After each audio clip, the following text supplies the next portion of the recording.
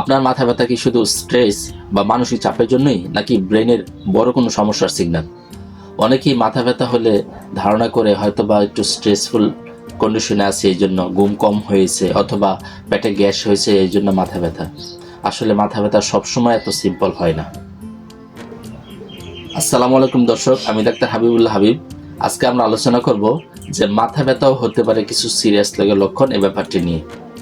প্রথমে যে ব্যাপারটা নিয়ে আলোচনা করবো সেটা হলো মাইগ্রেন।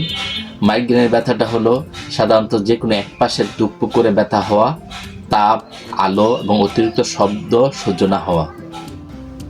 দ্বিতীয়টি হলো হাইপারটেনশন। হাই ব্লাড প্রেশার অথবা উচ্চ রক্তচাপের কারণে অনেক সময় মাথা ব্যথা হতে পারে, আর সেই ব্যথাটা সাধারণত ঘাড়ের পেছনে একটু ভারী ভারী লাগে এবং মাথা ব্যথা থাকে। তৃতীয়ত সাইনোসাইটিস বা আমাদের সাইনাসের ইনফেকশন। এরকম ব্যথা হলে সাধারণত কপাল এবং চোখের আশেপাশে তীব্র ব্যথা এবং চাপ অনুভব হয়। সর্বশেষ যে কারণটা বলবো সেটা হলো ব্রেনের সমস্যা, অর্থাৎ ব্রেন টিউমার অথবা ব্রেনের কোনো ইনফেকশন, মেনিনজাইটিসের জন্য এই সমস্যাটা হইলেও অনেক সময় মাথা ব্যথা হয়।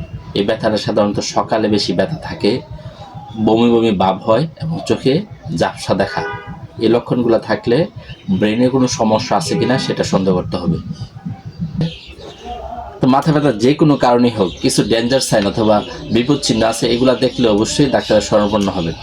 হঠাৎ করে তীব্র মাথা ব্যথা, এটা একটা খারাপ লক্ষণ। অথবা বারবার বমি হচ্ছে, অজ্ঞান হয়ে যাওয়া, তাছাড়া হাত পা জড়িয়ে যাওয়া অথবা দুর্বল হয়ে যাওয়া। মাথা ব্যথার সাথে যদি এই লক্ষণগুলো থাকে তাহলে অবশ্যই বাসায় বসে থাকবেন না, একজন বিশেষজ্ঞ ডাক্তারের পরামর্শ নিয়ে এটা সমাধান খুঁজে বের করবেন।